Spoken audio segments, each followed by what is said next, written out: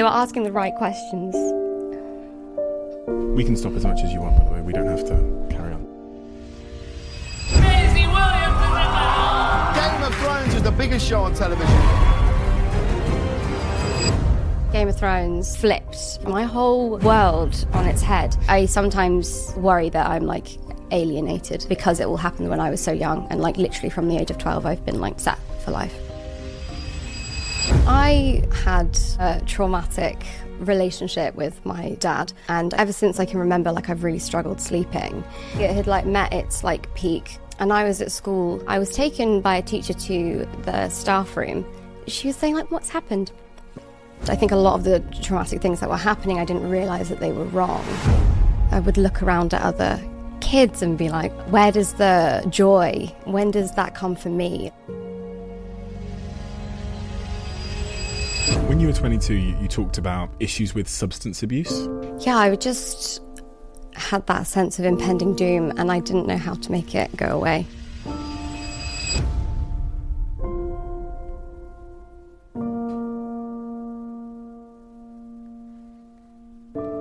I'm going to come and give you a hug.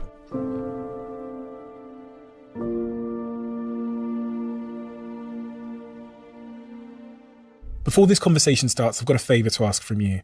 74% of people that watch this podcast frequently haven't yet hit the subscribe button, and 9% of people haven't yet hit the bell to turn notifications on. The bigger this platform gets, the bigger the guests get. So if you could do me one favour, if you've ever enjoyed this podcast, please hit the subscribe button and turn notifications on. Without further ado, I'm Stephen Bartlett, and this is the Diary of a CEO. I hope nobody's listening, but if you are, then please keep this to yourself.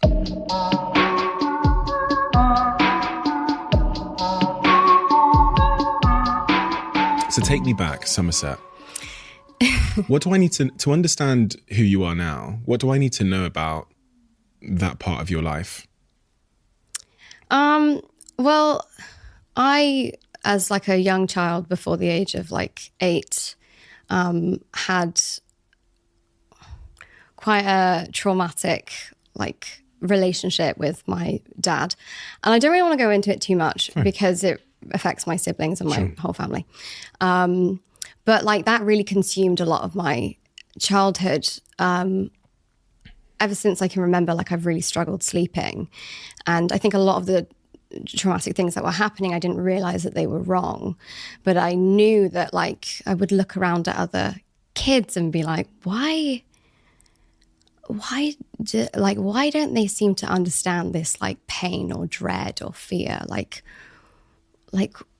you know, where does the joy, like, when does that come for me? Like, I kind of always felt like I felt things very deeply in comparison to other people.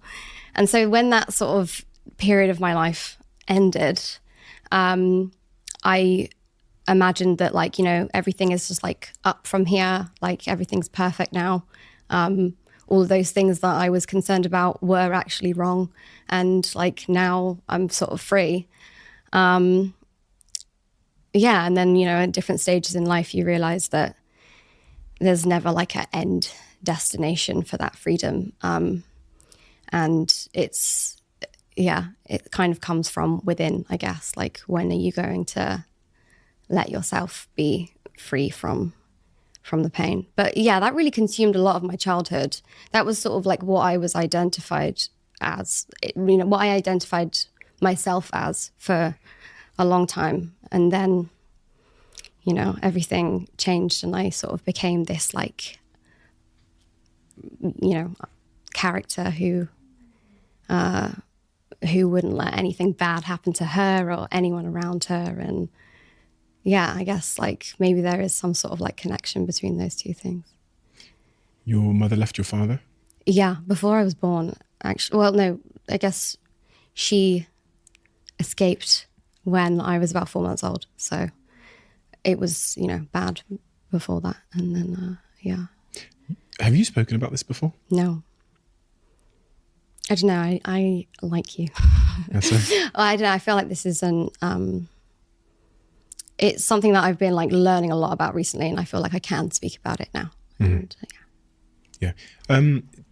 Has it taken you time to can I ask the question about, have you spoken about it before? Because I think at like 25 years old, there was like really foundational things I learned about myself that I only learn. You know, sometimes you read something or you hear something and you go, fuck, that explains this thing. So my question there is just like, did it take you time to connect those dots? Yeah, definitely.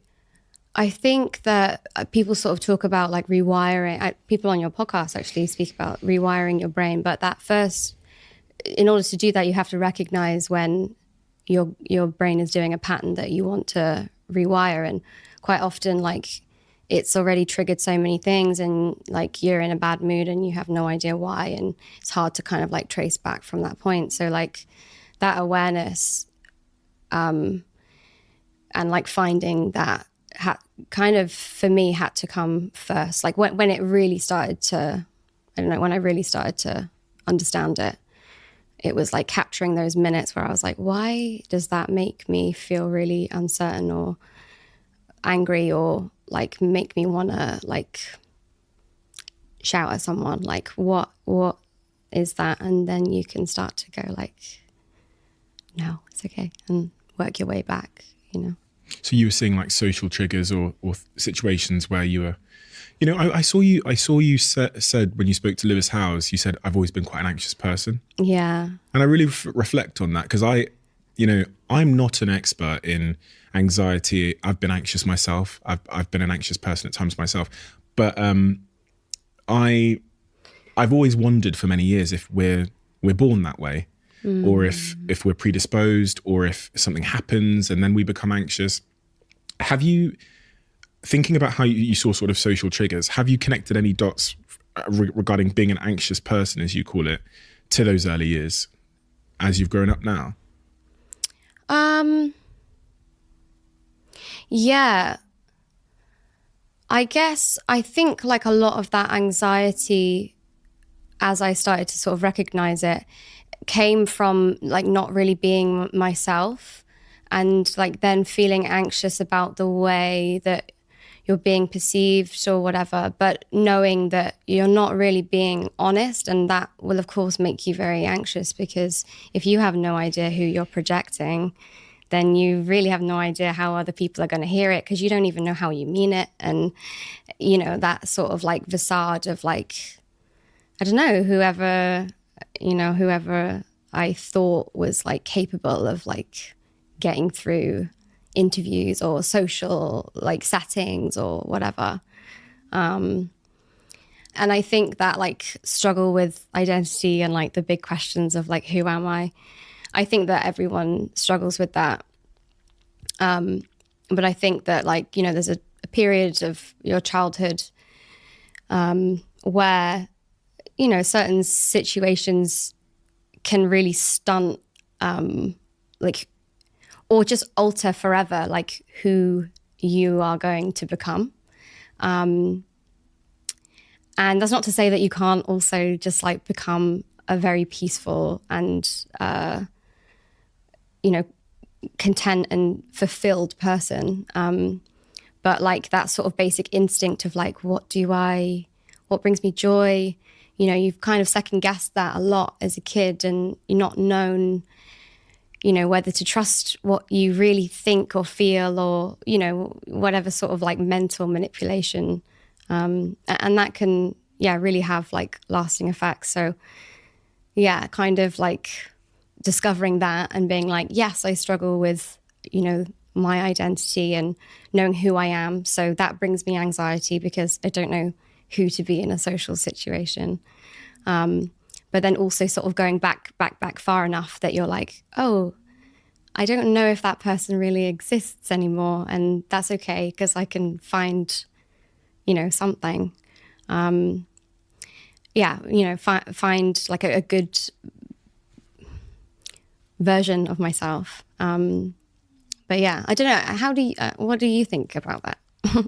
About which part? Well, I guess like it feels like a lot of people are trying to retreat to like being a child and like the things that brought you joy and like who you are at your core and who you are when no one's looking. And but you know, can that that part of you be so damaged from a very young age that you could be searching for something that, is just for you to make up. It's a really interesting question, one I've never even pondered before. I was thinking about, in fact, Lewis Howes, and I think shortly after you had a conversation with him, it would have been, because I know the timeline, I think he opened up for the first time. It's so funny because when I rewatched your conversation with Lewis, you start sharing things that were difficult in your early years. You don't share anything like this with him.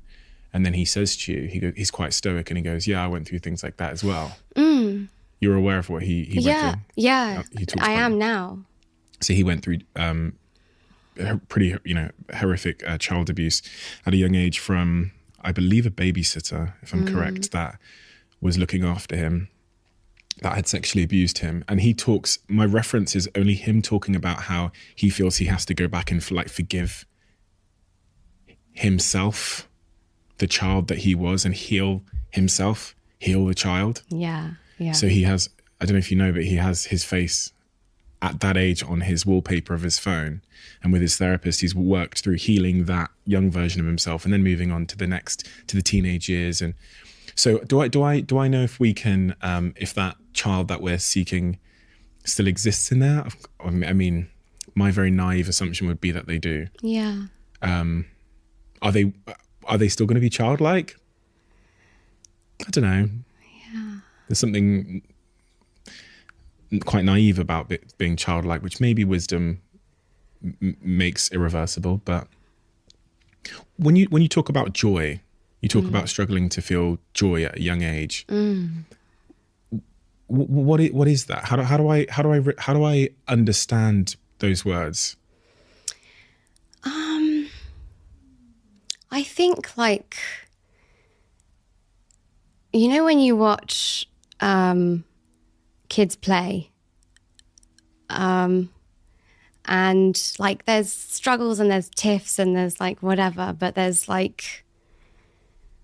just complete inhibition, right? And it's just running, or it's going on the slide, or it's I felt like I would often stop in a situation like that. I would be doing something and then I would just stop and be like, something awful is going to happen. And just I couldn't continue.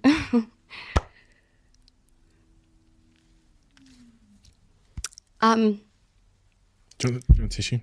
Maybe. Jack, could you grab a tissue, please? We can stop as much as you want, by the way. We don't have to carry on. It's a great thing with podcasting. You can just keep them on the desk if you want. Yeah. Maybe I'll hide them around the other side. I could put them just here. Cool. Is that's off camera? Yeah, it's all good. Yeah, I would just had that sense of impending doom, and I didn't know how to make it go away. And I had great memories. I don't even know, it's hard to remember a lot of them. A lot of those times that I felt very free, I was actually on my own. But I would never have thought I was an introverted person. I always would have thought that I was quite extroverted because I perform a lot for people, But I struggled. I struggled with that when I was a kid. And just thought how do I stop feeling like this and just feel like everything's okay, But at that age, I'm guessing you didn't know why you felt like that. So knowing how to go about healing from it is an impossible task, right? It goes back to the point about you can't solve for something that you're not aware of. Yeah. Going nothing's wrong. Nothing is wrong. Everything's the way that it's supposed to be. But it wasn't. But I just would tell myself that, what is wrong with you? Was there an age when you found out? Because I kind of asked this question earlier, but was there a moment where you found out what was wrong? Yeah, when I was about 8,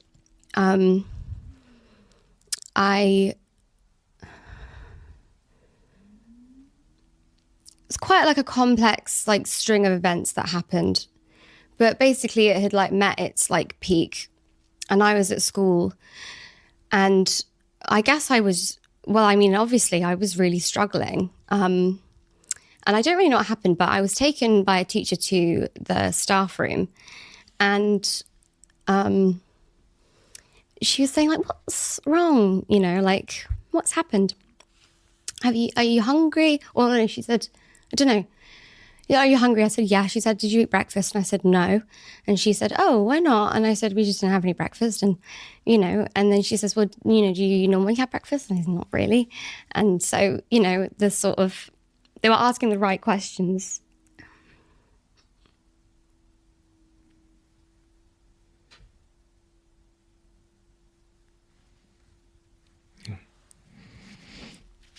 It's okay, take your time. I'm going to come and give you a hug. I feel really compelled to give you a hug.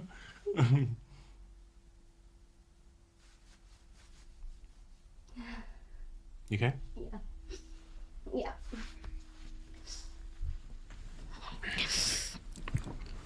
No, I do think it's important because I had so many people who loved and cared about me so much, but I'd never been asked the right questions where I could really say what was wrong. And my mum came to school and picked me up, and my siblings were also at secondary school at the time, and they, some of them were with mum, and one was not, and they were with dad still, and yeah. And it was the first time that like it was all of the doors were sort of open, and all of these things that we were experiencing were like out on the table. And it was really, really hard because I still wanted to fight and say, no, like these things aren't bad. Like you're trying to take me away from my dad and that's wrong, you know, like, because I was like indoctrinated in a way, like, you know, I think that's why I'm obsessed with cults, because I'm like, I get it. I get it. I was in a child cult against my mother. Yeah, so I really was sort of fighting it for at the beginning. But basically, like, my whole world, like, flipped on its head. And even though all of these things that I was feeling, I thought, oh my God, I'm so glad I don't have to see my dad anymore. It still was like against everything that I had ever knew to be true, you know? Mm. I don't know if I'm being too cryptic. No, I don't think I am. I don't think you are. You can be as cryptic as you want to be. But yeah. I understand what you're saying, and that's all that I need to get the context. And you can just talk whatever you want to talk about in terms of what makes you comfortable. I don't know where your line is with being comfortable. So you lead there. When I watch cult documentaries, there's a lot of manipulation that goes on in these documentaries. There's a lot of fear that causes silence. Mm-hmm. And that's usually why people find it, that's often why people find it difficult to leave those situations. And then when they do have these, like, I always observe this like conflicting array of emotions. Like they have this love for this person, but at the same time, as you've described it, once out of that situation, they're somewhat probably, you know, spiritually free and happy to be gone. So that conflict of emotions always fascinated me, how two truths can almost exist in the same place. Mm-hmm. You can feel, you know, so liberated and free, and at the same time, just like that impending doom is kind of still there, where, yeah, it's like all your problems don't just sort of like go away, you know. Yeah, you still care a lot about that person, or you still sort of understand, you know, the pain or whatever that led to those very, very poor decisions. As you sit here today at 25 years old, how do you feel about your father?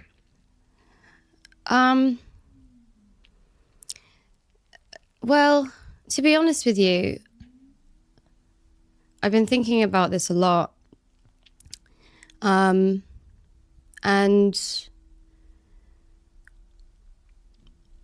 like I've been trying to do this thing where I stop taking things personally, and like not just like, you know, when someone's had a bad day and they like push in front of you in the queue, but like the big things in life. Like, what if I said that it was not like, it wasn't because of me that happened? Like if I wasn't there, it would have been someone else. Like, it's not, it wasn't like because there's something wrong with me that like these bad things happened when I was a child. Is that a thought you had? Yeah. I felt like there was something inherently wrong with me or us because like we did lots of things wrong all the time, which is like why, you know, you'd be mistreated or whatever because you're like, oh, like we really need to be better at this because we keep doing things wrong and we keep getting in trouble type thing.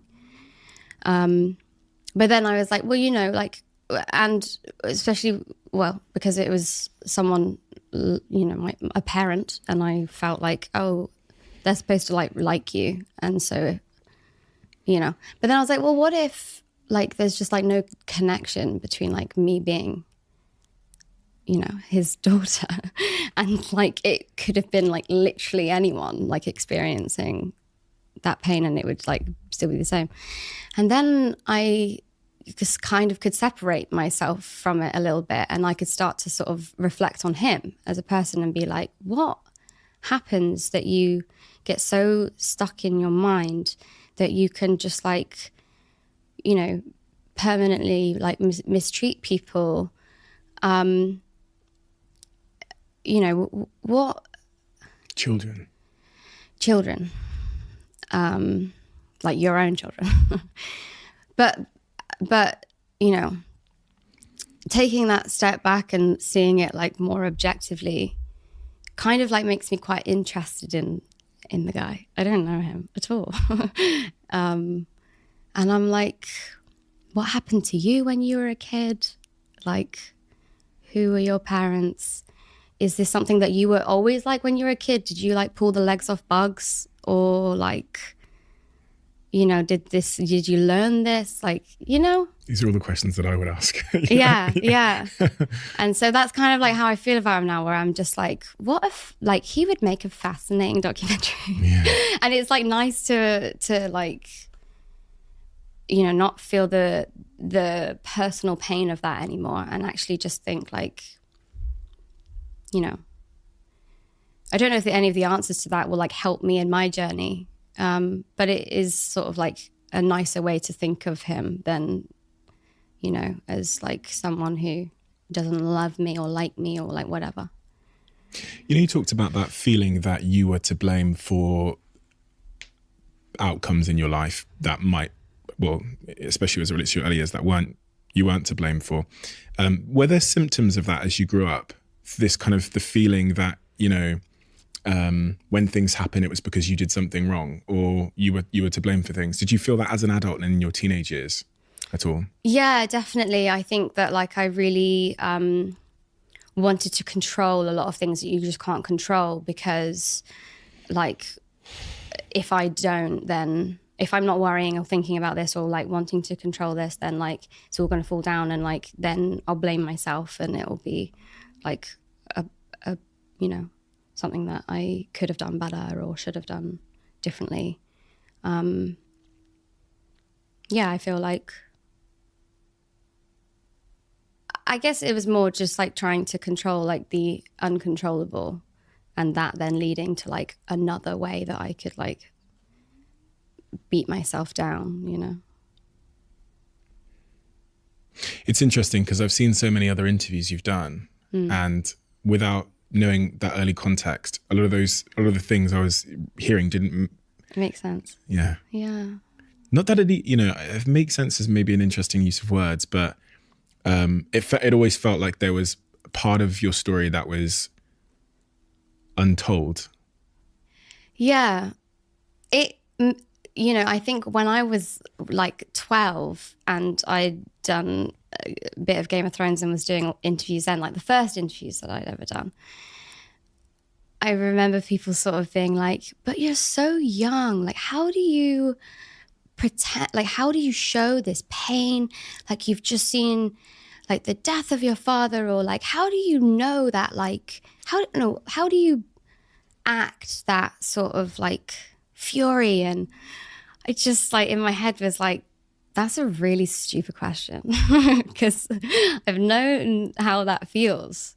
But like, it's like, I don't know, it's something nice to just like leave in the past, I guess. But it's hugely influenced like everything that I do as an actor. Like I get to access all of that confusion and pain in my job, and I get to like really feel it in like every fiber of my being, but there's no like consequence, and there's no like, you're not really shouting at anyone or hurting someone, or it's like it's all pretend, but like the emotion is real. And like just being able to like let that out is something that I didn't do for a long time. And so it's like it's just all sort of came to the surface. And I guess like holding, the early part of my story like to myself is also just because I haven't really understood it the way that I have now. And I'm sure I will understand it, far better in the future. But I feel like now there's like some sort of closure to it where the journey might help other people, whereas before it was just like pain, and no like conclusion. Right. No, like, okay, we're Insight. through the other side. Yeah, it was yeah. just like other problems that come from like the same problem. Yeah. But yeah, I mean, it's like,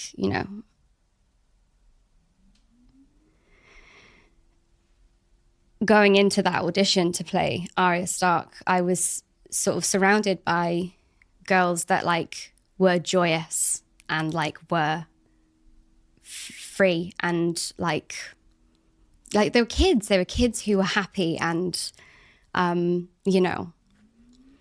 had whatever they had, and I thought, wow, I really here we go again, like gonna be a disappointment. But for that moment, actually that was what they needed. And so that was sort of like a moment in my life where I was like, maybe this thing isn't all bad. Maybe there can be something like beautiful that comes from, this part of myself that I find like unnatural, like, or like just different to other kids. Here we go again. I'm going to be a disappointment. Yeah. Yeah. What do you mean by that? So when you got the role, you presumed that you were going to let people down? Or? Yeah. No. I just like going into the room, I meant like, okay. Oh no, I'm not going to be what they're looking for. But I did end up being what they were looking for. But like, I just... presumed the worst a little bit. Yeah, of course. Yeah. I don't know. Did you like always ever feel like disappointing to people? Yeah, of course. Yeah, there's been moments in my life where I've definitely feel like I've let myself down and other people down, and it's not a good feeling to sit with. But I think I've tried to channel it into making myself. I actually went for an audition at 14 years old to do the Junior Apprentice. You know The Apprentice, the TV show? So they launched the Junior Apprentice, and I went for the first audition, got through to the final 20, and then I got this email from the BBC saying that someone had leaked to the press that I was going on the show. So they said, this has jeopardized your chances of going on the show. And I don't come from a family where we had much. So going back to Plymouth and telling everyone you know, like all my friends were like, oh, he's going to London, and going back and saying like, they've just called me and told me I'm not on the show was devastating for a long time. Lots of tears. I felt like a disappointment at that phase of my life. And several times subsequently, but I think I've always been somewhat optimistic going into situations. I generally feel like I've got nothing to lose. And I think maybe that's a bit of a privilege, to be honest.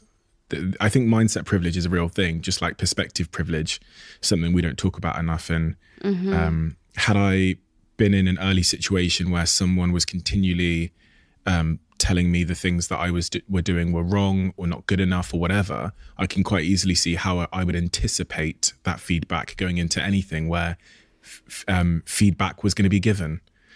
And it's actually pretty remarkable. I mean, you know, because those early experiences you would assume would smash someone's like self-esteem pretty severely and make them kind of retreat into safe places. One of the safest places is where we don't get feedback and someone doesn't shout at us or, you know, but this was your first audition, right? Game of Thrones? Yeah, well, one of I had an audition before that, which I also was very excited about and then didn't get. So that was like my first you know, professional rejection. But you were still putting yourself out there in situations where you could be rejected.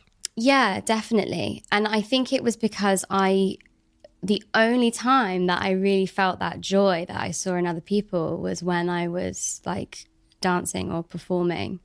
And there was this feeling that I would get that I was like, this is like, I feel like human, you know? And so I was like, I've just got to do anything I can to like do this forever. And so from a very young age, I was like, I want to go to stage school and I want to, I'm happy to leave everything and go and do that.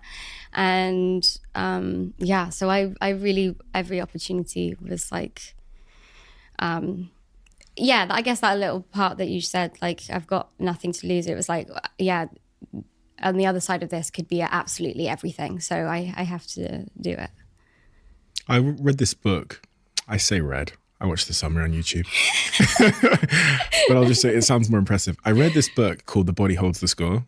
Don't know if you've ever heard of it. And one of the most fascinating things about it is it talks about how acting and moving the body in like yoga have been proven to be the best forms of antidepressant, like without, you know, taking SSRIs or anything. They've been proven to, and I remember thinking acting is a great antidepressant. How is that possible? But what you're saying now rings true. It talks about how it kind of disassociates from identity when we act. And so what you're saying now seems to validate what I read. I'd love to read that because that's like exactly what I instinctively like discovered. Like it just happened and I thought, like this is what I'm supposed to do.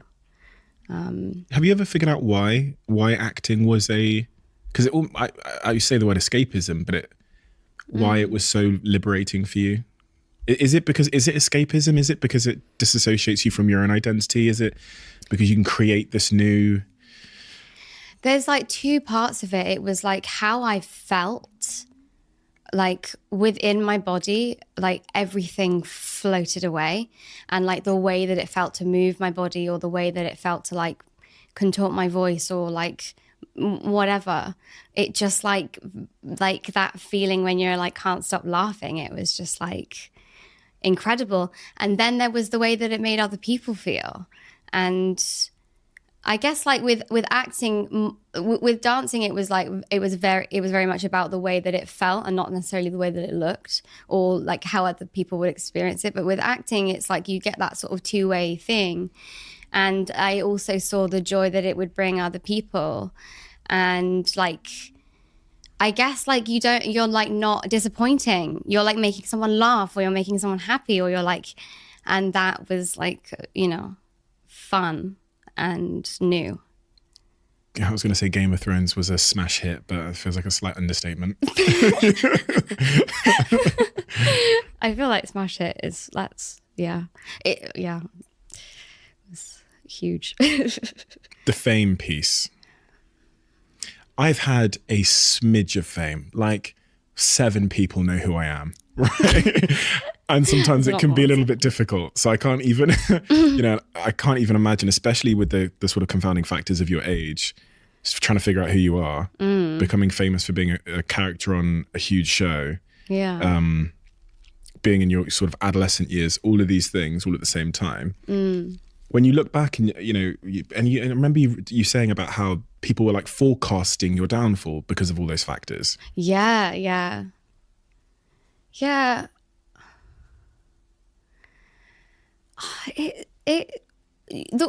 Actually, the strangest thing about it, the hardest thing, I think, was like needing to articulate who I was and what I loved and the things that I didn't like and what I had an opinion on and what, that I remember at the time being like, oh gosh, I really don't know anything about anything. I really need to know these things. I need to, and then years later you go like, oh, well, I said that my favorite film was this, and like that's not true. And it's like you don't need to know any of that stuff. No, like it's all just like a journey, right? It's all like there's never like an end. What advice would you give that person, 13-year-old Maisie? To be honest with you, like I wish that I'd have just like trolled it all a bit more, and like whatever I like instead of really digging deep and going, oh, what is the real, just like whatever you feel that day, that's okay. And it can change the next day. Because that is just like life. You don't have to be beholden to anything that you've said or done. You can let it all go and like rip up the rule book. I hated London, moved back to Manchester, went to New York, and then you're like, actually, I'm going to go back to London. Like, this is what I'm going to do now. And it's not going to be like something that you're like, oh, I wish I hadn't done this. Like, you're like, no, this is what I want now. And that's like, that's just sort of the way it is. So I kind of wish that I'd have just like, not just like tortured myself to know like, what is the real answer to these like silly, fun questions. And then been like, oh no, I've like portrayed myself all wrong. This is not who I am. Because it's like water. Would you change the timing of the events that happened in your life if you could? Like acting when I was super young. The only thing I really feel like we didn't have a lot growing up, but like I've never. You grew up in a council house, and like have always had like a awareness of how hard my mum worked, like raising us, giving us everything that she did, putting food on the table, But like I never. I remember like when I was sort of like 18 and a lot of my friends started going to uni, getting jobs, whatever. I remember like there was I was like I never, even though I know what that struggle was like growing up, like I've never like struggled to get a job or struggled to make rent or anything like that. And I think not that I would change that, of course, like I'm so fortunate, but I guess like I never want to lose sight of like the perspective of like just how fortunate that I've been and like just how tone deaf it is for me to believe that I like would understand what it's like to to struggle to make rent and want to be a creative person and not know whether to get like a sensible job or to like, because I don't know what that struggle is like at all. So yeah, I don't know that like I sometimes worry that I'm like alienated in some ways because it all happened when I was so young, and like literally from the age of 12 I've been like set for life, and that's like very different to how I was like before that age. Is there a mixture of emotions surrounding that, like being set for life at 12 as you grow up? Now, I've sat here with a couple of guests who come from like a council estate or grew up in very difficult situations, and they often express this kind of, I remember Jackmate doing it, express this kind of almost, guilt's a bit of an interesting word, but like, why did I remember Jack saying to me, I can make thousands and thousands of pounds from just making YouTube videos. And I watched my dad not make the same amount of money in like a year or whatever. And I could just make it from one YouTube video. And he would go back and he'd meet someone. I remember him saying he met someone in a pub that was like a cancer doctor. and he's making more than them just sat at home. And he always expresses this kind of like, I don't know, guilt or injustice. Have you ever felt that? Definitely. Like, real, like the guilt around like allowing yourself to have nice things or do nice things because you're like able to. Like I felt like when I was a kid, everything stopped happening and all my problems were going to go away. And then like all my problems didn't go away. And then I was set for life when I was 12 and I thought all my problems are going to go away. And I was like, well, it's not like that unless all of my friends and family are that way too. Because like, how are we all supposed to like be okay if only one person is okay? And, you know, you give people what you can, but you don't see the pain, take the pain away for another person, doesn't take the pain away for yourself. Like, and then you realize that like actually life is something else entirely. And like the biggest problem that a lot of people face is making money and like making enough money to live and like support their family. But being able to do those things isn't in it like the only thing that like makes you happy. Like when you take that problem away, there's sometimes still a very hard discussion that you have to have with yourself where it's like like a fundamental chat where you have to tell yourself that, well, I don't know, there's a lot of things. I don't want to take away from the fact that like having money enables you to like even be able to comprehend or like another set of problems. Yeah. Like I know that in itself is like an incredibly privileged position to be in. But like money won't take the pain away. It will take like the stacking bills or, you know, or the fear of like losing a house, you know. It doesn't undo trauma. You can't buy, you know, trauma away. Yeah. Even if you can keep the heat on and the electricity and feed yourself, there's still for many people another level of trauma which money can't seem to solve for directly. The post Game of Thrones, you know, I remember sitting here with one of the guys from One Direction, Liam Payne, and he talked about how post One Direction, he has this identity, which is he's a part of a boy band, and then leaving that, it can be quite troublesome psychologically. And I think he talked about the same thing, which is like, who am I? Where do I belong? How do I then go and find out who that person is and start creating for that, and not just being this character, this, you know, member of a boy band that the world knows me for. Did you ever feel that post Game of Thrones?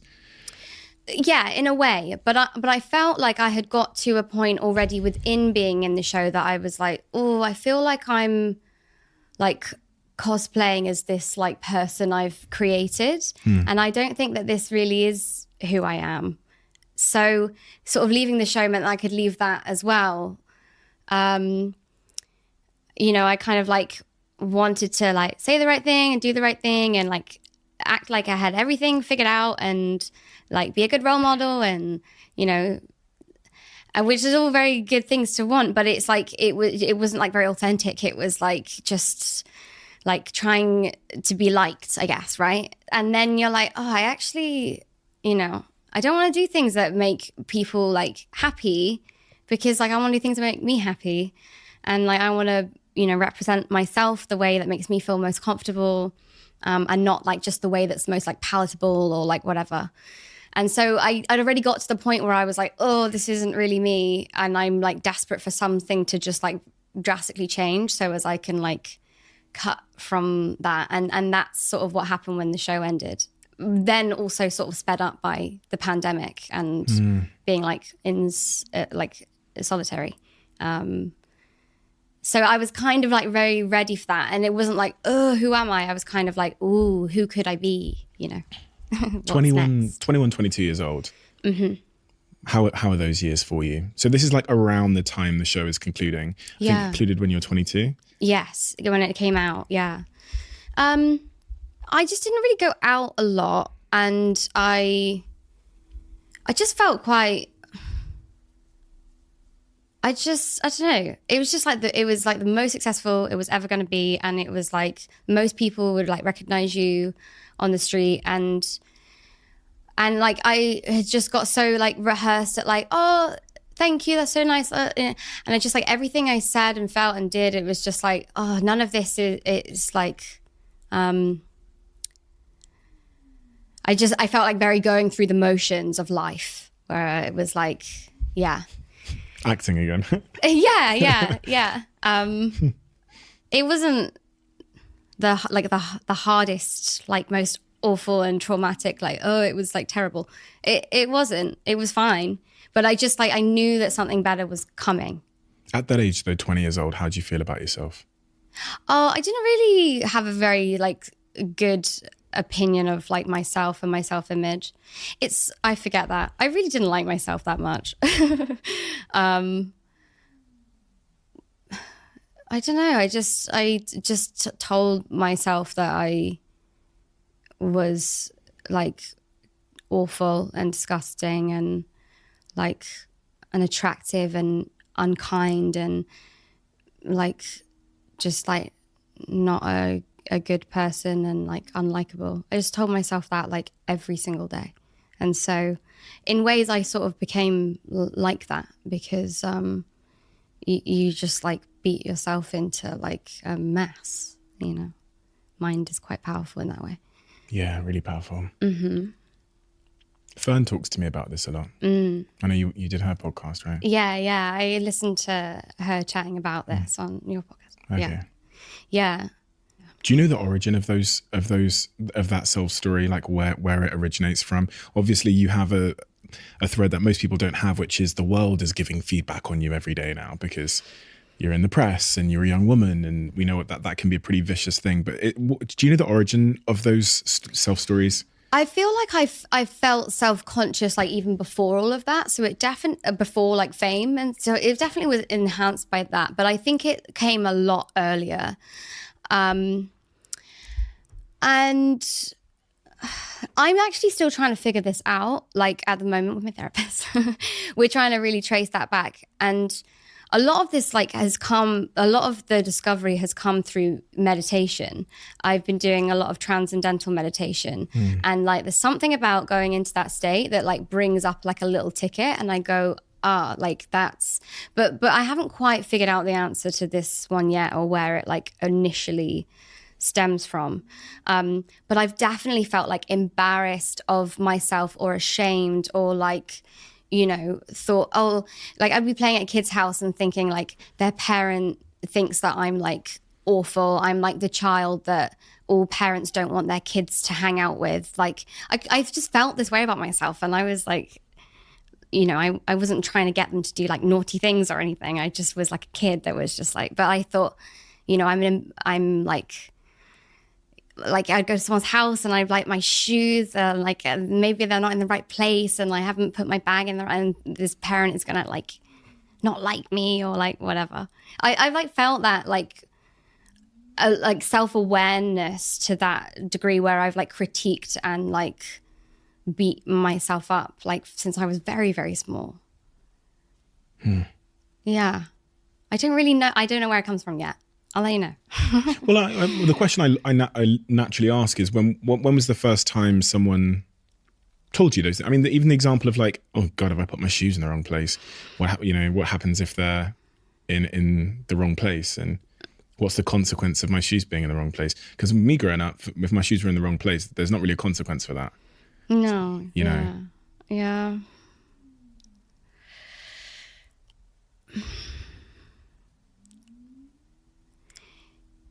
I don't know. Well, I have some theories on it.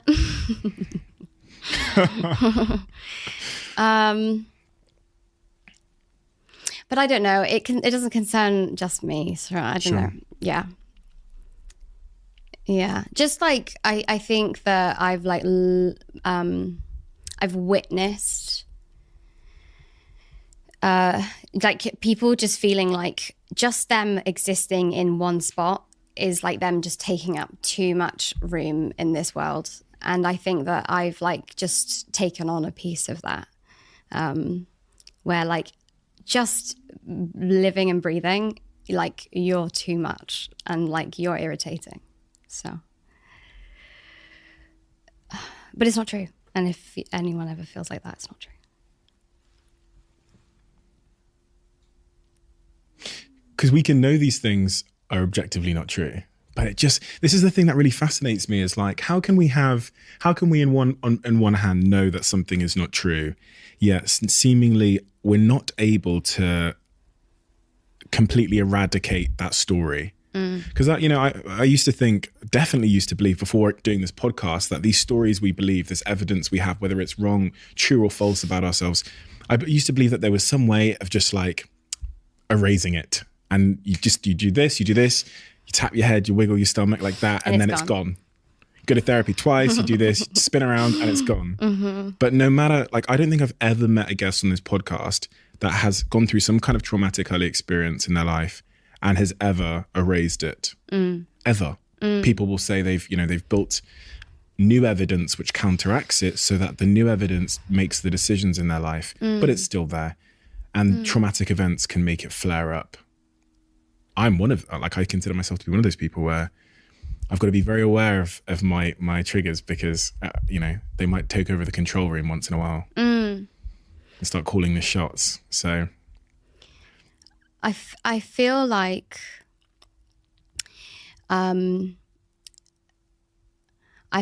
just like experiencing it all in the moment is interesting, and like not sort of like predicting that there's like an end to it, but you go like, I have been in this situation before, and like last time I wasn't aware of these triggers, and now I see exactly what wants to happen, and I'm not gonna do it. And like there's the piece of your brain that's like actively making those decisions and going, but then there's the like, I don't know, consciousness or like, the spirit that then observes it and goes, like what happens next? Like you're playing a board game, right? And like something happens and then like you're sort of above it and you go, where will this go next?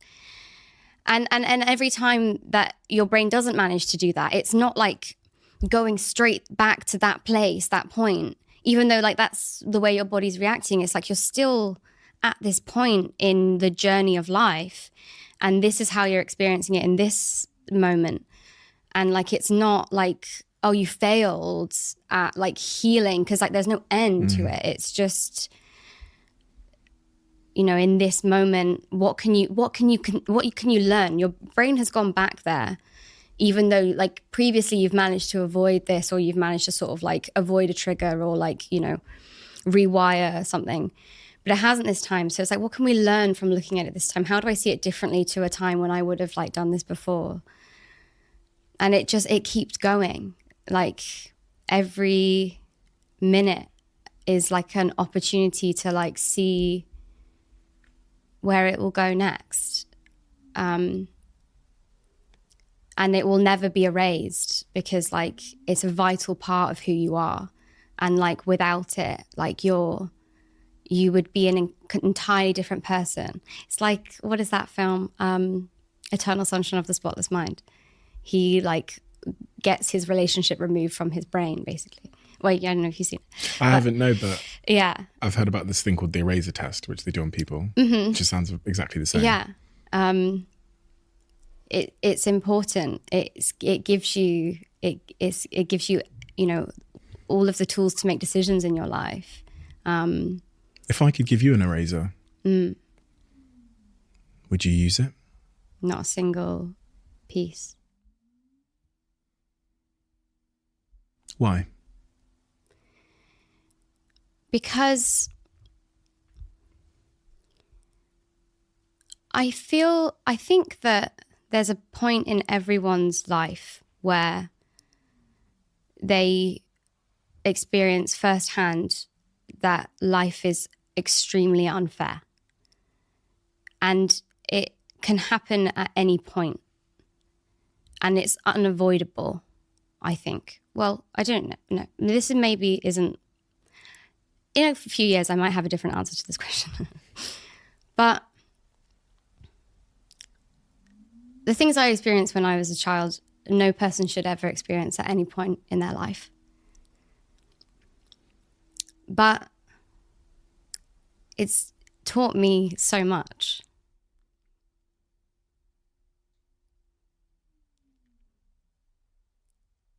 And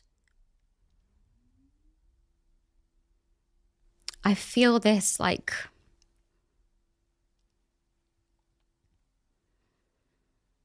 complex, like deep, like these complex, deep emotions that are ultimately what I use every single day as an actor.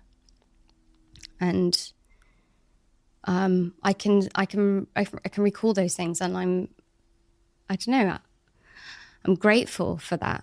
I'm grateful to understand the deepest pain and fear, and also like the most liberating joy and freedom. And like, maybe you don't have to go through those awful, awful things to feel that, but I did. And, you know, this spectrum of emotions that are like within me, I feel like incredibly fortunate for, because I think that that is something that's different about me. So you go through that phase after being 20. You go through quite significant, what's the word? Self-disparaging, self-hate, as I've heard you describe it. You find it hard to think or say nice things about yourself. Have you overcome that? Because when you did that interview with Lewis, you were talking as if it was in the past. Yeah, I desperately wanted it to be, and I still do. I think that I've got like a lot better at it.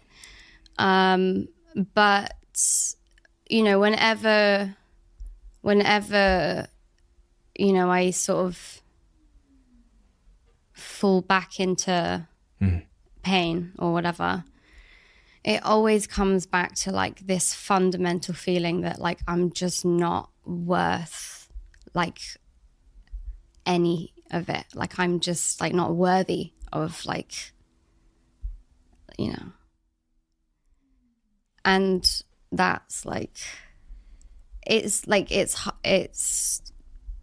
hard to combat that when you're like, whoa, but I'm really, really talking to myself differently, and I'm really trying to like put up boundaries, and I'm trying to really respect myself and like do, you know, treat myself with some respect. And then you just like still get to this point where you're like, so that's like difficult. And like, that is something that I struggle with. And I have like, you know, periods of a long time where that doesn't happen. And then, you know, periods where it comes back again. But yeah, just like keep combating it and telling myself that it's not true, and that I am like, I'm worthy of everything in life, of whatever I want from life. Has anything helped? Truly. Not like, you know, we say, oh, this helped. Here's 5 tips to help you. Bullshit. We write in our books and stuff. But has anything truly helped to advance that feeling of worthiness? Yeah, meditation and spirituality, which are 2 things I didn't have a relationship with for my whole life up until 2021. So yeah, 5 minutes ago. 5 minutes ago. Yeah. So just last year, everything really changed after that point. You did mushrooms, didn't you? No. it was Ayahuasca. literally just transcendental meditation. And then like a couple of like very like surreal, life-changing spiritual experiences, just like in day-to-day life, like not high or anything, that I just like couldn't ignore. And I felt like, oh, I'm not alone. Like, like there's something else, even on like the hardest days, like there's something here that's like gonna be there, like gonna, take care of me. Yeah. And so that's like easier to then just like keep going. When you were 22, you talked about previously having issues with substance abuse. Yeah. Well, yeah. Did you talk about that, or have I just inferred that from you? You used the word substance in an interview. I mean, I feel like I spoke about this a little bit on Lewis. Yeah. Yeah. But like, I don't want to undermine it, but I guess who am I to say like what normal teenagers do and what normal teenagers don't do? But like, I took a lot of party drugs and like partied when I was like a teenager. And I was in the position where like I could buy more, but I didn't really do that, to a terrible degree. We all partied. But it was like definitely something that I was like, I need to stop doing this if I want to like feel happiness. Because that's a slippery slope, especially things like very accessible things like alcohol even. Yeah. I've had people very close to me that have become alcoholics because of, trauma they've been through and stuff like that. And do you drink now? What's your relationship like with alcohol and stuff? No, not really. I mean, I'm not like sober, but I don't really drink like in the house or like on a weeknight type thing. It's usually like with dinner or like, at a gig or with friends or But yeah, a lot of that is like quite, was quite a welcome like release, I guess. It wasn't like something that You were so busy as well. Struggled with. If you're filming like 250 filming days per season or per year or something? Yeah, I mean the whole production. Oh, the whole production. Yeah. Okay. But yeah, exactly. It was like hard. It was very busy schedule. A lot of sleep needed to get through it. I had a few words to say about one of my sponsors on this podcast. My girlfriend came upstairs yesterday when I was having a shower, and she said to me that she tried the Huel protein shake, which lives on my fridge over there. And she said it's amazing. Low calories, you get your 20 odd grams of protein, you get your 26 vitamins and minerals, and it's nutritionally complete. In the protein space, there's lots of things, but it's hard to find something that is nice, especially when consumed just with water, and that is nutritionally complete, and that has about 100 calories in total, while also giving you your 20 grams of protein. If you haven't tried the Huel protein product, do give it a try. The salted caramel one, if you put some ice cubes in it and you put it in a blender and you try it, is as good as pretty much any milkshake on the market, just mixed with water. It's been a game changer for me because I'm trying to drop my calorie intake and I'm trying to be a little bit more healthy with my diet. So this is where Huel fits in my life. Thank you, Huel, for making a product that I actually like. The salted caramel is my favorite. I've got the banana one here, which is the one my girlfriend likes, but for me, salted caramel is the one. Quick one. As you might know, Crafted are one of the sponsors of this podcast, and Crafted are a jewelry brand, and they make really meaningful pieces of jewelry. The really wonderful thing about Crafted jewelry is it's super affordable. It looks amazing. The pieces hold tremendous meaning, and they are really well made. I think I've worn this piece for almost a year. It hasn't broken, hasn't changed colour because it's really, really good quality, and it costs roughly 50 quid. People will be surprised when they hear that. They'll probably assume that all of my jewelry is like solid gold and costs thousands and thousands of pounds. But what's the point when you can achieve the exact same effect from a piece of jewelry that's high quality and costs 50 quid? That's why I buy Crafted. Before we started recording, we talked a bit about Ruben. Yeah. Your voice changed when I mentioned Ruben. Yeah. Yeah. And you're wearing a shirt that a t-shirt that he designed? Yes. Created? Yeah. Inspired by these artists called Jean-Claude and Christo. It's dope. Husband and wife who wrapped a bunch of iconic landmarks and buildings in fabric. So cool. It's quite cool. It's very me. So when I'm not wearing all black to try and be stoic and ominous in this podcast, how has it been going through trying to figure out romantic love? that was a very difficult thing for me, as I talked about earlier. But how has it been for you? What's that journey been like? I think that I definitely like resonated when you spoke about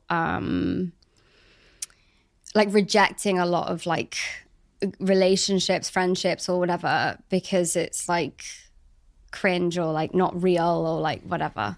I feel like I definitely spent a lot of time doing that, and I never really confronted the part of myself that I don't know, it was like desperate to love and be loved, but I didn't really know how. I didn't really know what that looked like or whatever. I don't really know how deep to go with this. I never like had relationships where I was like mistreated. But that was mostly because like my trauma response was like whenever there was like any hint of like, I don't know, conflict, I was like, I'm out. Like, So, no, I've seen this one before and I'm not going to be hoodwinked by this. But like, the truth is like, they were just like nice people and I just ran away, like, you know, and cut off like whatever emotions were there and just like, I'm really sorry. Like, it's not really going to work type thing. And then, you know, confronted with someone like Ruben who... confronted. He's like, stop. I think that I met someone who, whenever I would start doing that and start going like, oh, he like saw it within me and was like, you see what you're doing? Like you're like trying to sabotage yourself again. And like, you can do that. Like, I'm not going to stop you. Yeah. It was the first time that like someone was patient enough, you know, even though you're really trying to push them away, to be like, that's fine. Like, I'm not trying to like tell you not to, but like just observe what is happening right now. And like, you can sleep on it, fine. Like, you can sleep on it for a month if you want to, fine. Like, whatever. And it was the first time that, yeah, I realized this pattern that I hadn't been able to catch before. And yeah, it's been incredible. It's been like 4 years now and we live together. And I've like never knew that like peace and joy and like happiness and like coexisting with another person could like be this way. I never saw this in my life, and like it's just all new and like, yeah, all beautiful. So interesting how sometimes it takes a certain person to like get over that wall, you know. And it's funny because I feel the exact same way. We try and stop people getting over the wall because it feels like self-defense. It's ultimately self-sabotage, but we try and prevent them climbing the wall. But then if that person can get in, they can go about writing a new set of evidence. You know, we talked about evidence. That wall is essentially evidence. It's like it's a shield built on faulty evidence from another experience. If they get over it, they can help us go on the journey of making new evidence. But it's very difficult to get over. And then eventually something they do can just get inside that last line of defense. And it's good when they do, right? Because you can learn how wrong you were about so many things you believed. And then you go like, wow, every single thing that I've defined myself as, like, it can all be different. And like, that's like real freedom, I think. Like, yeah, just one of those little pieces where, yeah, everything you thought you knew about the world just like changes. You can then be like, what else am I wrong about? Or like, what else, not like even right or wrong, it's like, what other ways can I like experience this? Like, how else can, yeah, like what new sort of like possibilities are there for like who I am and what I'm going to do. Who are you? And what are you going to do? I am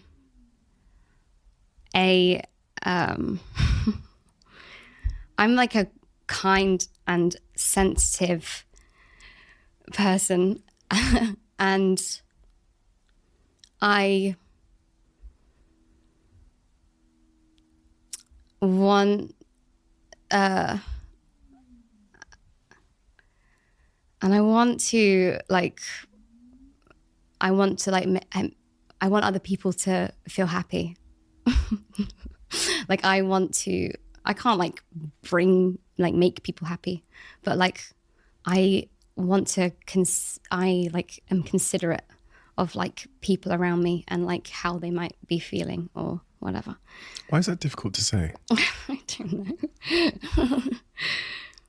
I don't know. I don't know. If I had to like really think about it, maybe it's like if that's like really who I am at my core, which like I really feel like I'm speaking from the heart. There's pain there because why was I made to like feel like I was such a monster, you know? Yeah. It's painful because I think like if I take away all of the things that I project and like, oh, like I'm someone who like speaks their mind and like I don't care what you think, and if I like take all of that away and I'm like, who am I really? And I actually just like, you know, like someone who's quite sensitive and like wants to make, you know, wants to be considerate of the people around them. Like, why do you just like keep putting things in front of you that are going to stop you from just like being that when who you truly are isn't a bad thing? Like, those aren't bad qualities to have as a person. So why, you know, why am I so ashamed of that or like whatever, you know? Like, why am I tripping myself up to like not be that?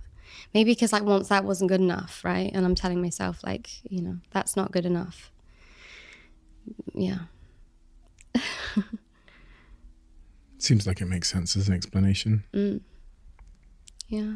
I was thinking as you're saying it, I was thinking, well, you know, if at one point you had to be someone else, or you had to meet expectations in order to be told that you were good enough, expectations that were unmeetable, you might spend your life dancing from one expectation to another, just trying to please the world's expectations. And I know you know now, because I've heard you talk about it, that expectations are really trying to meet social expectations anyway, really are the slippery slope isn't quite the word, but it is quite, I think slippery slope is maybe a good phrase to use, because it's all down from there, isn't it? Once you start playing that game, it's this self-destructive spiral down to place that's hard to climb out of.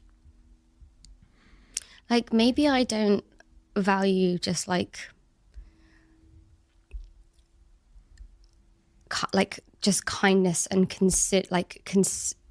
consideration in other people. I'm just spitballing on this, by the way. Yeah, so am I. Yeah. What makes you think you don't value it in other people? Well,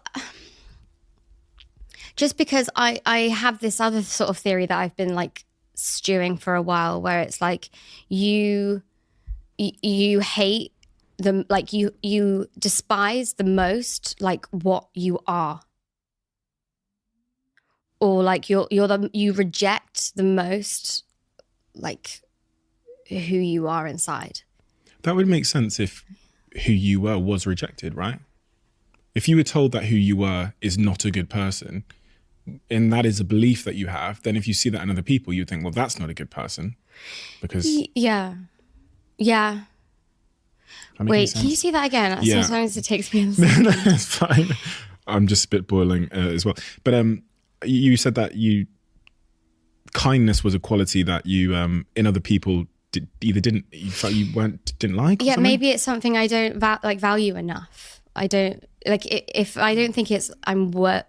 Well, if you were it's told not to mutually value worthy. Right? Through actions, in a sense, because you were that, and it was negatively reinforced. Yeah. I'm just guessing, but Yeah. I guess we both are. Yeah. What is success to you?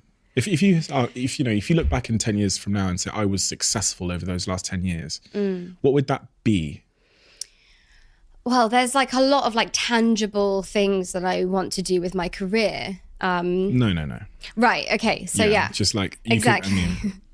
Yeah. But like, I mean, I guess success would be like understand, like knowing in my soul that like I deserve any of those things, or like, just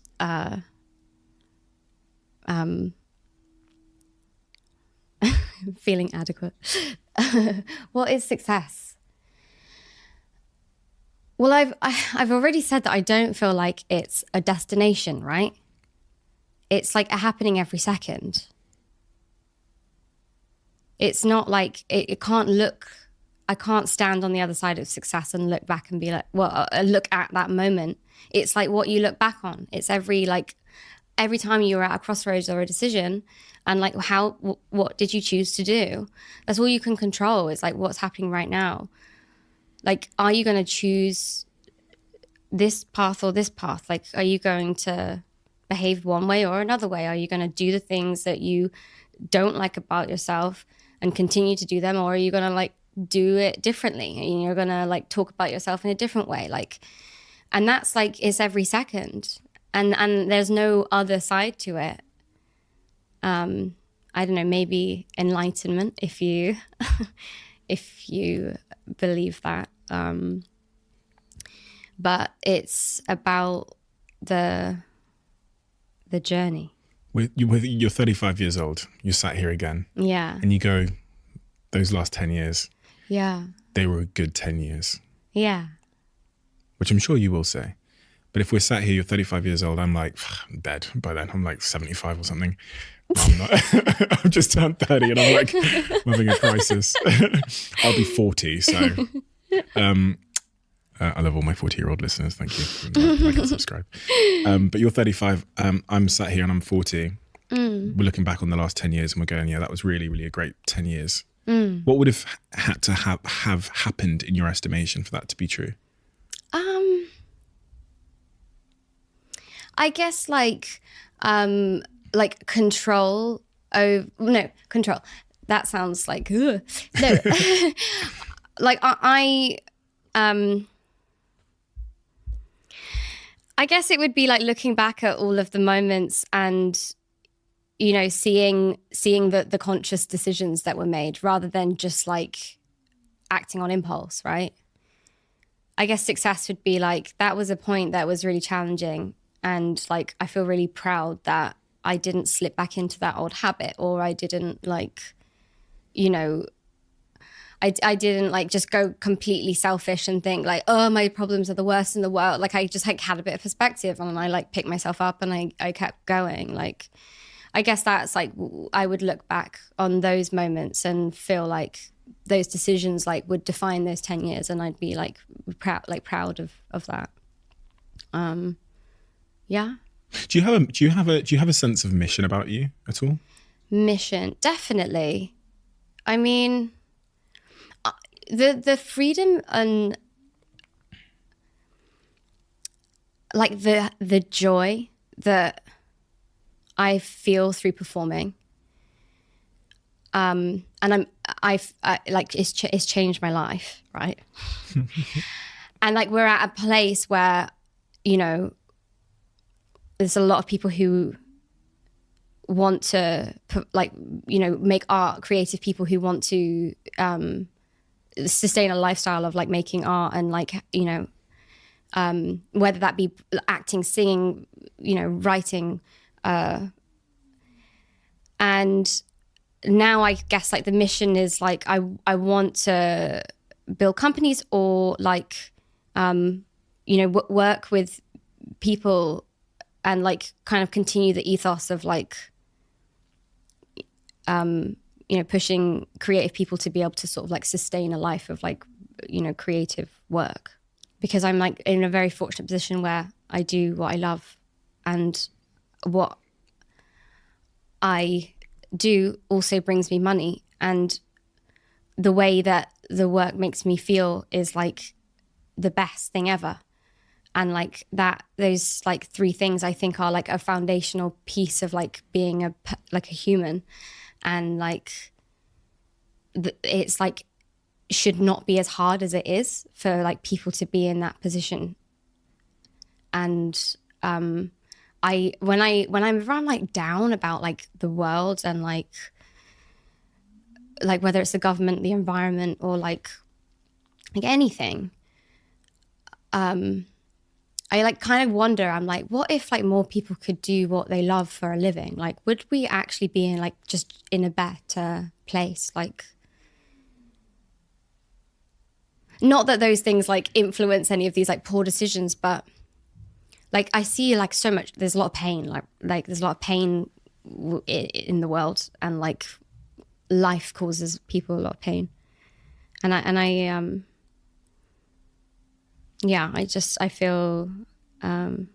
feel like, you know, art and like expression through art and like channeling like creativity, I wonder if that would contribute to making the world a better place. I would want for that to contribute to making the world a better place. You're a very different person to the person I watched in all of the previous interviews. Yeah, well, I'm still the same person, but I definitely have a different perspective. When I watched, because you did a few interviews about 3-4 years ago, and in those interviews, just like, I don't know what it was, you were very, very high energy. Do you know what I mean? Like very, very high energy. You seemed, yeah, exactly. Very that. Yeah. You seem to just be very considered and what's the right word? Very considered and a bit more calm now. Now. Yeah, I think that that's like exactly how I feel. And like it's so exhausting performing in that way. It's not fulfilling. It's not real. It was like, I guess I was that way as like an escape from the quiet. Like I didn't know what was going to be in there when I like stopped. Like, I think that it's like quite a scary, even though like on the other side of like self-discovery or like trauma healing, like on the other side of it is like the answer to all of your problems. Like it's terrifying. It's terrifying to look inside you because you've always told yourself that like you're not good enough and da da da da. And like it's terrifying because you're worried you're going to look inside and be like, oh, all of those things were true. But no, it's terrifying to be like, wait, maybe like I am actually worthy of like a good life. Like, and maybe I'm like stopping myself from doing that. Like that's a crime. That's not like, and I think, I mean, it's like, I've said this a lot, but it is a journey. But I think it's like a scary thing to start buying off. And then once you start buying off, then you start to realize like how selfish that you've been. And you don't like yourself for like a number of reasons. But then you start to, it's like not other reasons to dislike yourself, but it's like, you just, I don't know, I feel like you have one life and I've been spending all of this time like stopping myself from doing it. And like that's awful of myself to do that, but it's also to do that to yourself. It's also just like a waste of all of that. And there's like that other perspective. Yeah. But yeah, just like stopping and having that sort of conversation, I guess, like with myself has like, it's changed everything. It's changed like, and it's so much better now. It's so much better and it's less tiring. So many people don't want to go near that onion Yeah. You know, they don't want to go near it. And it's funny because I you know, sometimes with my own naivety or my own mindset privilege, or because I'm someone that loves introspection, I'm like, go on, peel it back, go on, peel it. Why won't you peel it back? Go on, let's go to therapy. Let's fucking talk about it. What more? Yeah. You know, I must be a pretty difficult friend to have if you don't want to peel back layers, because I only want to peel back. I don't want small talk. So Yeah. But I sometimes encounter people that don't want to peel back the layers, and it's frustrating because you see the consequences of unpeeled back layers everywhere in their behavior, and you think, well, you just need to peel back the layers and you'll find the source. Once you know what the source is, then you can go about solving against it or understanding it. But yeah, I don't know what to say to people when they don't. I guess it's none of my business, and everyone in their own time. Some people maybe will never start the journey of understanding themselves and healing and peeling back layers. Yeah, sometimes people who you love and are very, very close to, and like you'll never be able to control that or like force them to or do it for them. Was there a catalyst or something that helped you to take that step and start wanting to peel back layers and understand? Was there anything that, or was it just the pain of staying the same was greater than the pain of making a change? I've definitely always been searching, I think. Like, okay. I'd always been searching, but I never knew like how to go deeper, how to like, yeah, okay. And I think,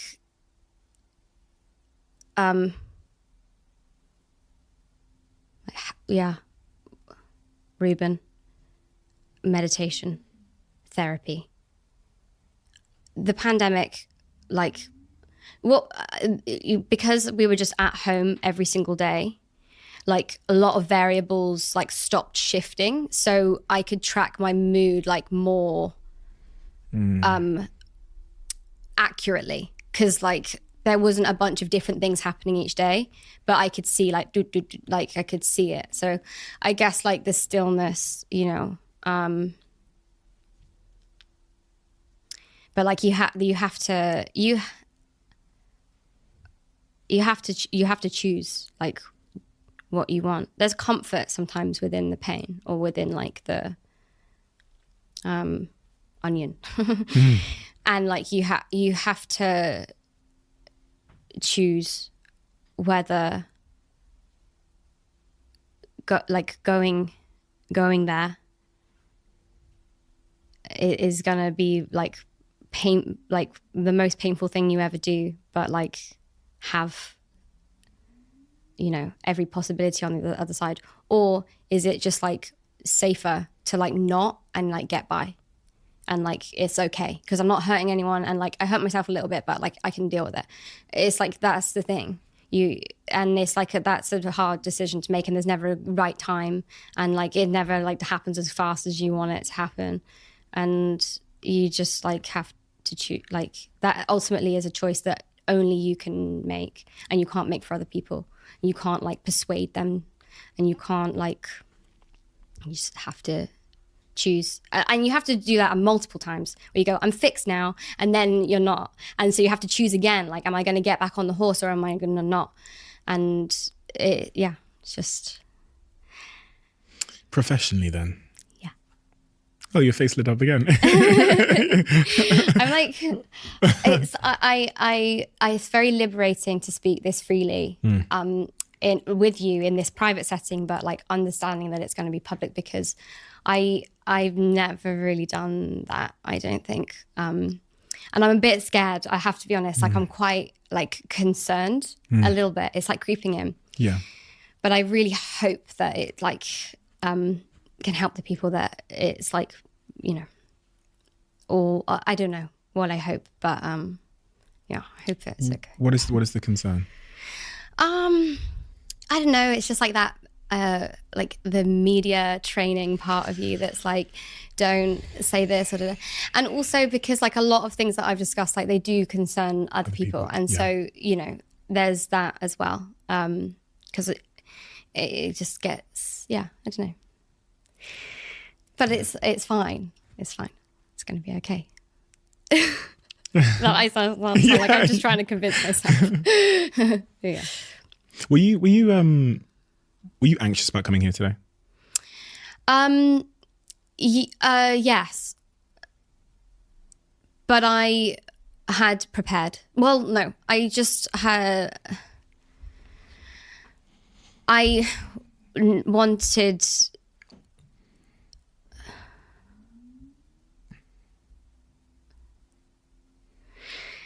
Sometimes I'm anxious because I don't know where it's going to go. And other times I'm anxious because I like, it's like, are you going to be open or not? Or are you going to be honest or not? I guess, yeah. So that was sort of the anxious thing where it was like, you know, I went to morning yoga this morning and I was doing breathing exercises in the car.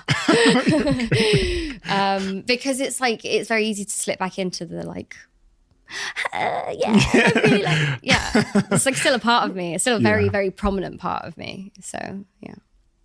Why did you want to do that today? Why did you want to be open today? Like there's a piece that's like missing, and like if I try and really talk about things honestly, like I just know that there's this like massive like hole that I'm like dancing around the edge of, and I don't think that it like, I don't think that like helps anything. So, yeah. I guess like what I wanted to speak about today, and like we have spoken about it, and it's like been a lot more emotional than I, anticipated, but it always is, right? But it's like,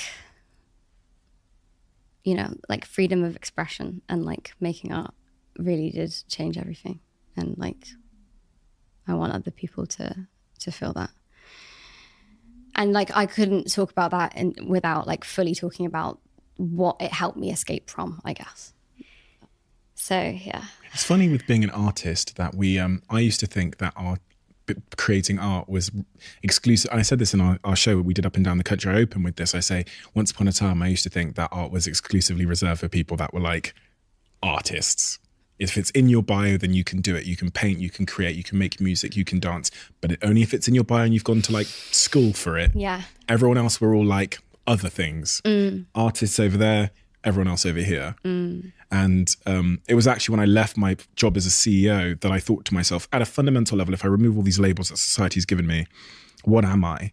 And that's when I discovered the art in me that had been suppressed because society says, you're an artist and I'm a CEO. Yeah. But we're all artists, and that realization has been so amazing for me and my mind and my mental health and all those things. Do you think we're all artists? I do. And I think that there's a lot of words you can use for that might make, people more comfortable with, that as a label. But I think like fundamentally, like since the beginning of time, like humans have like made things, and they've just like got increasingly like complex, and like they've altered like the human state in like lots of ways, and like the way we think and the way we behave or whatever. But like we've always made things like at our fundamental level, like we've used tools and we make things. And whether you like see your approach to life or like your mind as like more like analytical or something, like it's still like creation, like you're still creating things. And finding like what you create like very freely, and like being able to do that as much as possible is like an incredibly fulfilling thing. And it doesn't have to be like painting or like these very sort of rudimentary, like clear sort of artist industries. Like, I don't know, like I've listened to like some business podcasts and stuff, and they talk about like sort of like running a company. You can probably have more insight on this, but like when people are doing like what they're amazing at, and like other people are doing things that they're amazing at, and like you don't get people to do things that like they're very slow at and like don't understand or like don't like doing, or like and that's like how you can like move very quickly. Amen. and so it's like, but what about like the whole world? Like, not that the whole world is like a company or whatever, but like what if we could all do what we're like, that comes effortlessly to us, like, yeah. And it's not just like a bunch of people sitting around painting. Like, it's not that at all. If you think about artists as like that very sort of like, but if people were like free to create and to like explore their mind and like, you know, express through building, through making. The thing that people sometimes struggle with is they will say, well, I've got this job and I can't do that. I've got to go to this building site and I've got to do this thing, and I'm a cleaner, so I've got to do this, or I work at the supermarket, or I'm a driver, so I can't be an artist. I can't create anything. Sorry, Maisie. Yeah, well, and this is what I always want to be like, incredibly, I guess, like,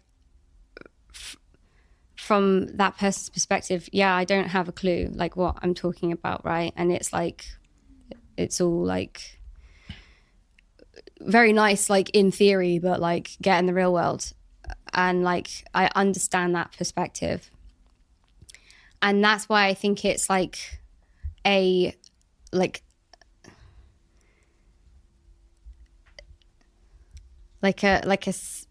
problem, like, that's rooted through, like, even the way that, like, children are, like, educated, like, all the way through to, like, the way we see, like, our working lifespan, like.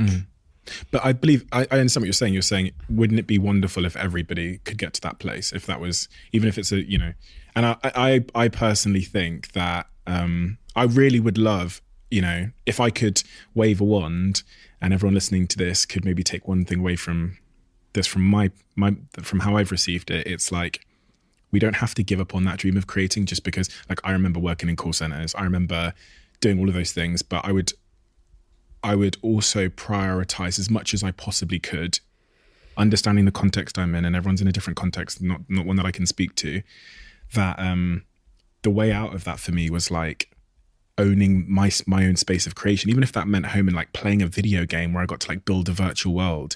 Or in the case of me, it was I was building this business called Wall Park. And it's actually more so now that I'm like learning to DJ and I'm like doing these shows, I'm writing these books, that I'm like, no matter how much I get caught up in my identity of like building businesses, whatever, I should always reserve a split space for like creating, if possible.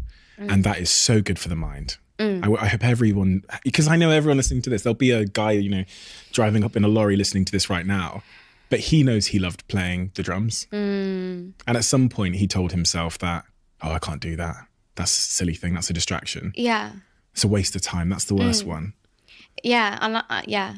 I think like the like snowball of like opportunities that like, or possibilities that it opens up when you just like, you don't tell yourself, no, I can't do that anymore because I don't have time, or I don't have, it's like, I have to do this instead, or I have to do this instead. Like switching like a little portion of your week over to like freely creating.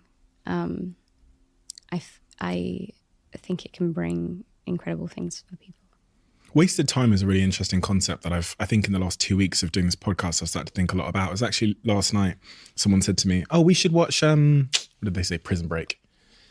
And I remember like my brain went, that's a waste of time. And then I corrected myself to them, and I didn't say it to them, but I remember going, do you know what? Nothing is really a waste of time.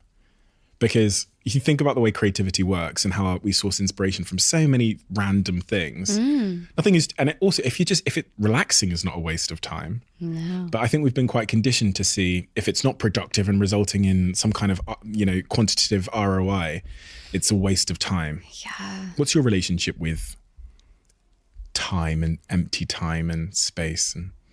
Well, I mean, it's changed a lot, but I think like currently, I don't try and like control like time. This is taking too long. This isn't like, this needs to happen now, or like, I should be doing this, but I haven't. I've spent a lot of my time like torturing myself over like whether I spent time in like the most like useful way or whatever. But now I feel like we even said something recently, because like we've been talking about time a lot, and like sort of this discussion of like, is it linear? Like, and this is kind of like, you know, quite like can be quite sort of hypothetical or whatever, dense things about like the history of the universe and like what we all are and what it all means.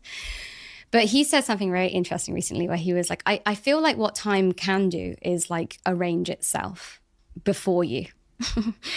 And like he sort of talks about like his schedule, like sometimes in a week, like there's a million meetings and they're all happening at the same time. And it's like are you going to go like, I need to change everything? Da, da, da. He was like, or do you just like let it be? And then it magically kind of like, this person needs to do something earlier and this person needs to do something like later. So like these calls will move and then we need to cancel because so got COVID. Like he was like, it like if I stress and try and manipulate my calendar to be like perfect, one, that's really, really stressful. And two, I don't do that. And it sometimes just it most of the time just sort of falls into place. And so I've always thought that was really interesting. So in those times where I was like, I need to be doing this right now, but like, I can't do it. I can't focus. I can't, whatever. I'm like the space, the block of time where I'm supposed to do this is going to find me. That sounds like I'm like avoiding all responsibilities. No, it makes perfect sense to me. Because there's many ways I received that. The first one was just like, okay, I can't control the future anyway, so there's so much anxiety surrounding trying to. The second thing is that like my priorities and what I care about will end up shaping this all anyway. So like if this ran over by a couple of minutes and I wanted it to run over, that's fine, because I made the conscious decision that this was my priority versus, I don't know, walking my dog or something. And so my priorities, my values will hopefully lead me. And then there's loads of things out of my control, which is not for me to worry about anyway. So the future should be somewhat fluid. And accepting that's not always an easy thing, but it's probably a better way to look at our time. I want to enjoy the journey. So you're enjoying the journey, right? Yeah. More so now than ever? Yeah. Good. Yeah. Are you? Yeah, I'm enjoying the journey. Yeah. Yeah, I am. I just take every day. I think I've just always taken every day as it comes. And like some days I do really shit and that's okay. But I can't do anything about it now. So I just try my best to just, as I said earlier, like channel that into like learnings, feedback, and being better. We have a closing tradition on this podcast, which you might be aware of. It's where the last guest writes a question for the next guest. Oh, cool. No, I haven't seen this. So they don't know who they're writing it for, and you will never know who asked it. Okay. And I don't get to read it until now. Okay. This person has a bit of a interesting handwriting. Okay. Mine is worse, I'll say, but here we go. What's the last decision you made that went completely sideways, plus what did you do to correct it? Brackets, if you could correct it. There's like a lot of different things that I'm thinking of and I don't know, like... Okay, so I have been working in Paris recently, as you know.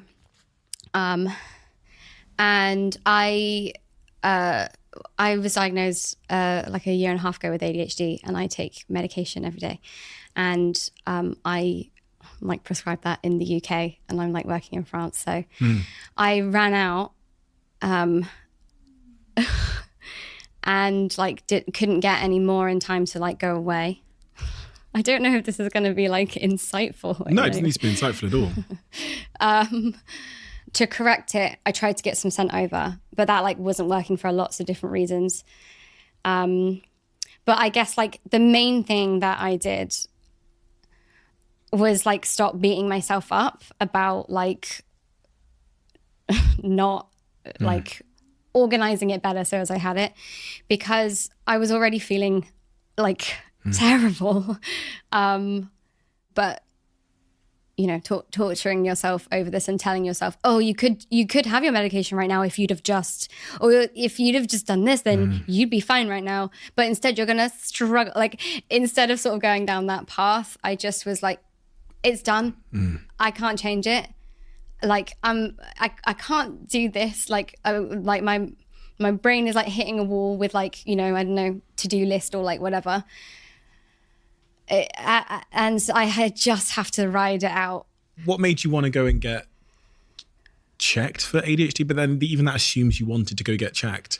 I've been speaking to a psychiatrist for like a long time. So he's known me for quite a while. And we've sort of like, yeah, between him and like therapy that I do sort of more actively, like more regularly. Yeah. And he suggested it. Yeah. And yeah. And it made sense to you. It did.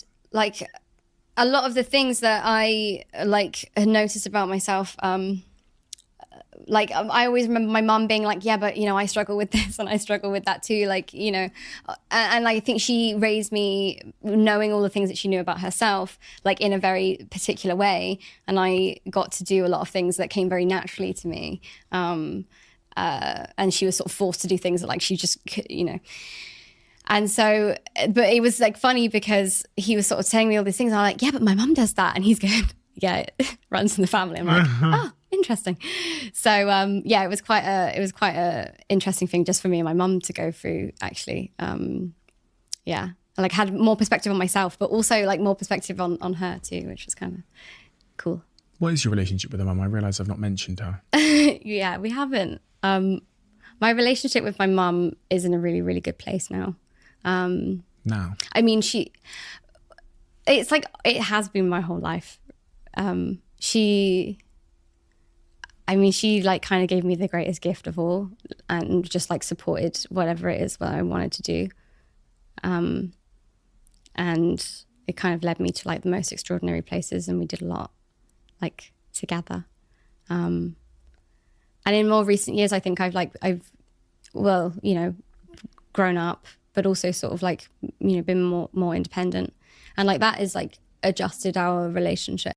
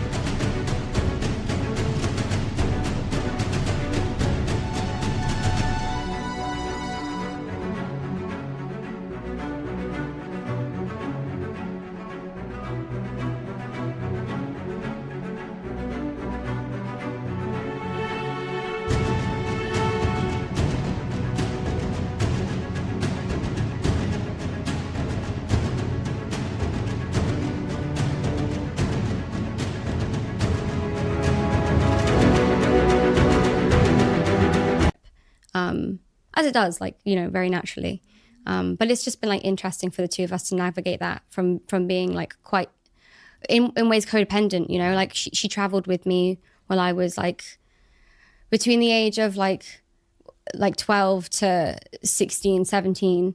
And like those are usually the years when everyone's like, Mom, like you're not cool, I don't like you. And like me and my mom were like thick as thieves, and we just like traveled the world together, like me and her.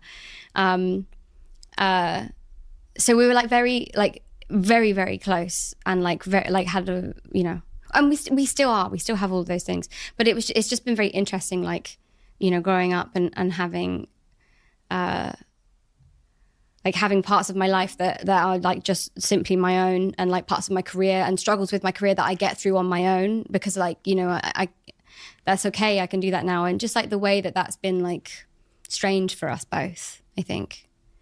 Was there a point with your relationship with your mother where you started having those difficult conversations about the things you were realizing about yourself and your past? And is there, because I'm not that close to my parents, so I've just never had, I've I've never had those conversations. Yeah, like we've definitely had like those conversations. Yeah, it's like incredibly painful. Like yeah, I think there's like so much pain, you know, that you have like in your own experience, but like, you know, you're it's like very painful to think about like the people that you love like being in pain as well, or like whatever. So yeah.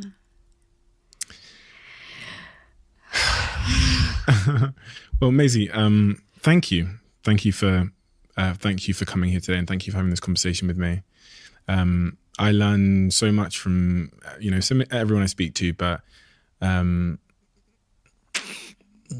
it's interesting. I feel that you're such a good human being at your core, and it almost it's difficult for me. I feel like you're such a pure good human being, you know, and so I really feel like every tear you've cried, and I feel all of your pain as well. I've never actually got up and hugged someone during a conversation. But no, you're such a beautiful, pure human being. And I'm so deeply hoping that you get comfortable with that truth too, however long that takes for you, because it is the truth. And because that is the truth, it means that you're so deserving of so much. More so than I am. You're definitely, no, you are, because you are literally like within there, you are a complete ray of joy and sunshine and love and kindness and all those things that I'm striving to be even better at. So thank you. And, thank you for your honesty, because it's unbelievably difficult and it's easier not to be. But you won't even get to see all of the people that it serves and helps in so many profound ways. So that's what I want to thank you for, and your suit. And it's just tremendously inspiring. We didn't even get to talk about how hard you've worked professionally. We did a little bit off air, but to achieve all the things you've achieved at such an unbelievably young age. But that inspires me. Your openness and honesty inspires me. Your wisdom inspires me. And, I'm so excited. You're 25, which is unfair. It's like crazy. It's crazy. Crazy that you've done so much, and you're such a beautiful person at such a young age. So thank you, Maisie. Thank you for having me, and thank you for this incredible podcast. I think you, as you have spoken about, have a real range of guests, but I think that you approach everyone on like a very sincere and like consistent level. And I think that like you as a person are like very real, and that sort of brings out like a real openness in the people that you talk with. But you also like clarify at every sort of point any part that you don't understand, which not only helps you understand, but it brings like the audience in a way that like a lot of other people don't, whether because like they don't want to ask questions because they don't want to look like they don't know or whatever. Like you are like very authentic, and like it's incredibly calming to be around. So thank you. Huge compliment. Thanks, Maisie.